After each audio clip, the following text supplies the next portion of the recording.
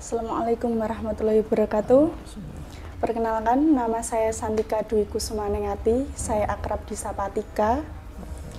Asal saya dari Pare, orang tua asal dari Pare. Saya berusia 22 tahun. Agama saya sebelum saya masuk Muslim, agama saya Kristen Protestan. Begitupun dengan orang tua. Dan sekarang saya meyakini untuk saya beragama Muslim, sementara orang tua saya tetap berada di agama sebelumnya. Dari mulai saya kecil sampai saya beranjak remaja, bahkan sampai saya sekolah SMA itu, saya masih menjadi seorang Kristen. Setiap hari Minggu saya ke gereja. Yang dulu masih anak-anak saya selalu suka untuk sekolah Minggu. Dan bahkan saya sudah sempat dibaptis, dan saya sudah sempat menerima nama baptisan itu tadi. Terkadang jika ada kegiatan sosial di gereja juga kan memang ibu mewajibkan untuk selalu ikut. Ada KKR, kalau di Kristen itu ada KKR gitu, di mana-mana selalu saya ikuti. Memang lingkup pergaulan saya dulu, teman-teman saya banyak yang Muslim. Meskipun saya kecil sering ke sekolah Minggu, tapi mayoritas di kampung saya seorang Muslim, jadi saya ikut teman saya bersih-bersih musola, saya ikut. Saya mau, kalau teman saya taraweh, saya nunggu di depan musola gitu. Terus sampai teman saya nyamperin, tik, ini loh, aku ada takjil buat kamu. Kamu tadi nungguin toh. Oh, aku dari tadi nungguin kalian loh. Terus sampai pas waktu pernah ikut bersih-bersih musola itu, orang tua saya marah. Ngapain kamu ikut-ikut bersih-bersih? Nggak perlu, kamu itu bukan orang Islam. Gitu. Tapi saya senang, kan sama teman-teman rame-rame juga bersihin musola ya. Saya senang. Dan dari situ saya pernah juga dulu diajarin sholat sama teman saya. Diajarin sholat. Tik, coba sholat, Tik. Kayak gini loh sholat. Oh, sholat tuh kayak gini. Saya bermualaf tahun 2021 akhir, yang memang dulu saya dari hati saya ingin sekali bermualaf dan masuk ke agama Islam, namun saya bingung untuk memberitahu orang tua saya bagaimana. Dan Allah memberi jalan dengan perantara menikah. Ibu boleh saja kamu masuk Islam. Ibu tidak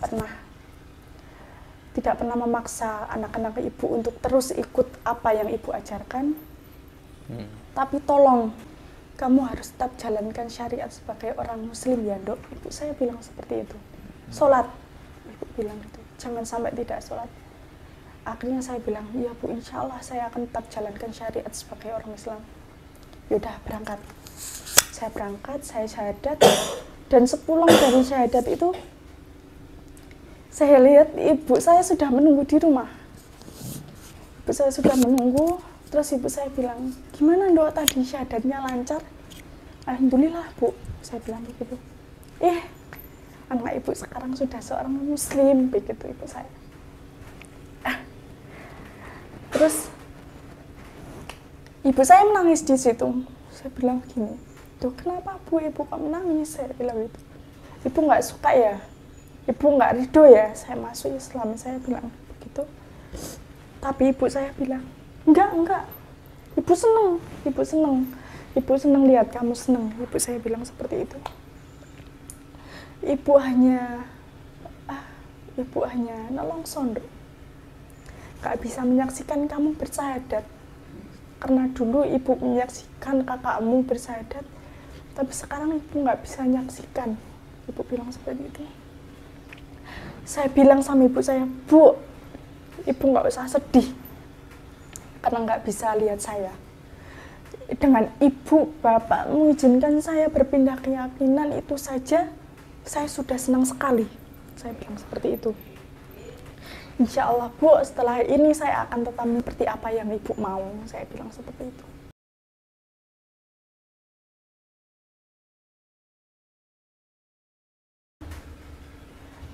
Saya tidak menjalankan sebagai orang muslim. Muslimah yang baik. Muslimah yang baik. Dan ternyata pernikahan yang saya jalani tidak sesuai dengan apa yang saya pikirkan. Karena saya berpikir jika saya menikah, saya memiliki imam dan imam saya bisa menuntun saya. Di sisi lain tidak bisa menjadi imam yang baik itu, tapi ada lagi masalah yang tidak dapat ditolong lah untuk berumah tangga.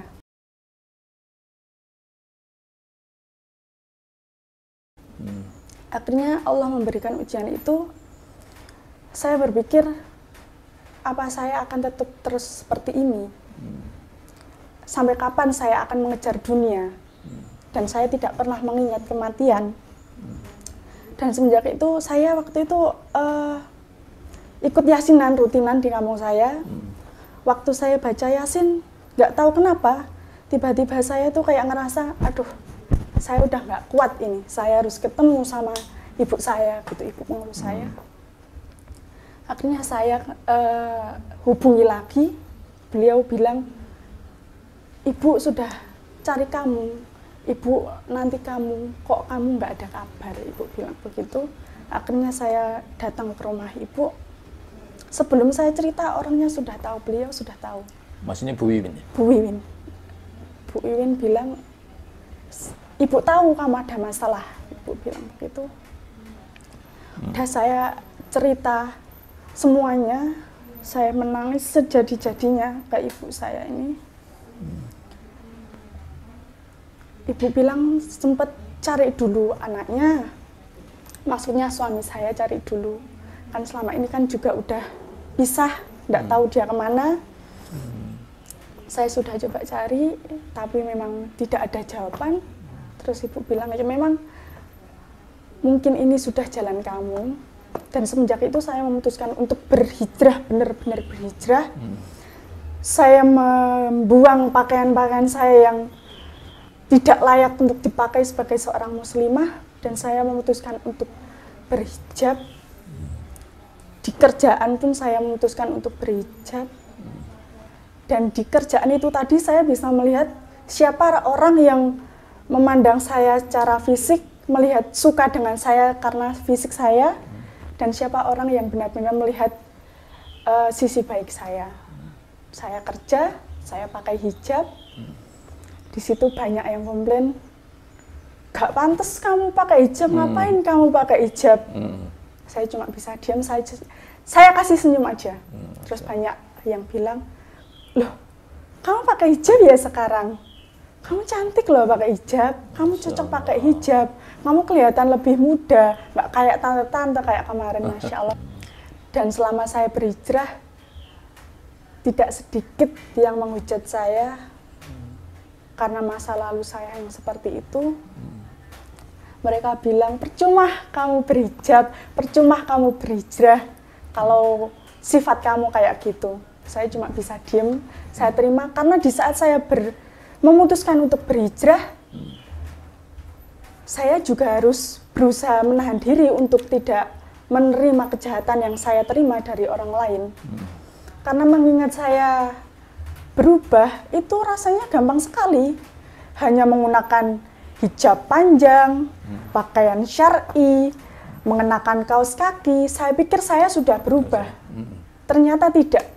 Di mana saya harus menata niat saya kembali karena Allah, saya harus menjaga lisan, membenarkan bacaan sholat saya kembali, dan yang terpenting saya harus bisa menahan diri untuk tidak membalas kejahatan orang lain yang saya terima. Intinya saya memutuskan untuk bersabar Yang namanya sabar itu tidak ada batasnya. Jika orang bilang sabar itu ada batasnya, Mbak, nggak ada. Kita memutuskan untuk sabar, sabar itu tidak ada batasnya. Sabar itu tidak boleh marah, sabar itu tidak boleh dengki. Lagi di perjalanan saya tadi, akhirnya saya memutuskan untuk berhijrah itu. Dan akhirnya saya mengurus perceraian sendiri, saya bekerja sendiri, saya menghidupi anak saya sendiri. Jadi saya seorang single mommy dengan 1 anak. Saya berpikir, ya Allah, habis ini saya gimana? Saya seorang diri, saya bekerja sendiri. Nanti anak sekolah ini gimana ya Allah? Saya pernah berada di titik terendah di mana saya itu benar-benar tidak punya uang sama sekali, sedangkan hari raya hampir tiba. Saya hanya bisa berdoa dan minta sama Allah. Pegangan saya selama itu hanya Allah. Saya nggak, meskipun saya punya orang tua, prinsip saya tidak pernah ingin menyusahkan orang tua saya. Karena dengan perjalanan saya yang rumah tangga tidak jadi, dari situ saya tahu bahwa menyakiti hati orang tua saya.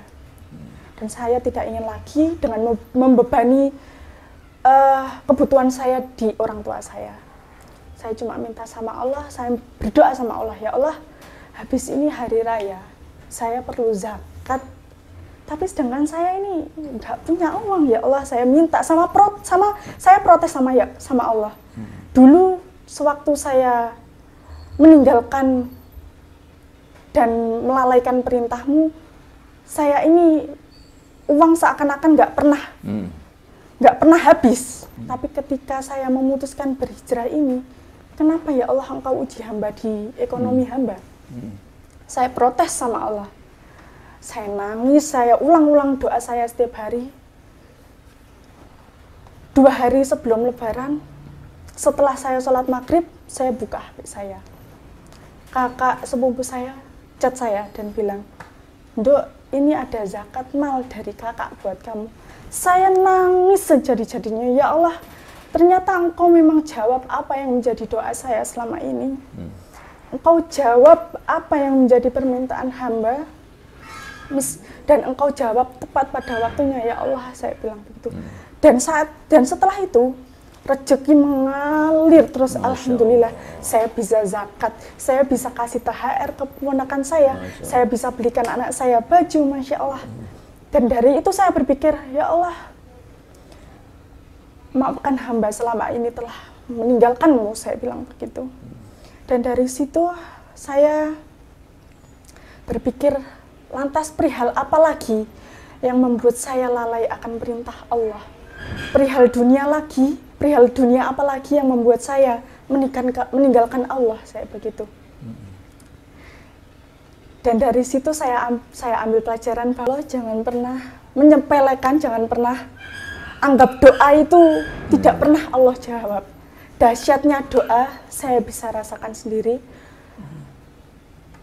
Apa yang kita minta, cukup kita minta sama Allah. Doa ulang-ulang setiap hari, karena dengan kita berdoa itu ibarat kita mengetuk pintu surganya Allah. Dengan kita berdoa terus, kita mengetuk terus hingga tiba saatnya Allah membukakan pintu. Allah menjawab semua doa kita. Jika kita berpikir, selama ini saya doa, Allah nggak pernah jawab, Allah nggak pernah kasih, udahlah, saya nggak pengen lagi berdoa sama Allah, nggak mau lagi saya minta sama Allah. Salah. Kita mengetuk pintu Allah. Jika kita berhenti untuk berdoa, ibarat kita berhenti mengetuk pintu Allah. Jika suatu saat Allah membukakan pintu, lah yang berdoa tadi mana? Tadi saya mendengar beberapa kali, sekarang saya bukakan pintu, kok sudah tidak ada orangnya? Lalu kita kecewa sama Allah. Allah nggak pernah jawab, udahlah males aku, nggak pengen doa lagi sama Allah. Sholat pun jadi males. Jangan pernah meremehkan dahsyatnya doa. Dan dari pernikahan saya yang tidak jadi, saya jadi berpikir, mungkin dulu saya berawalan dan mengawali pernikahan ini dengan bukan hal yang baik. Maksudnya dengan saya berpacaran bertahun-tahun. Pacaran itu ibarat kita pacaran itu kita sudah menapaki jalan kemaksiatan tanpa kita sadari. Akhirnya dari situ, oh mungkin jika memang nanti kesempatan masih ada, saya minta sama Allah pertemukan dengan laki-laki yang baik, Amin. yang bisa menuntun saya, yang menerima anak saya, Amin. dan saya tidak ingin pacaran lagi.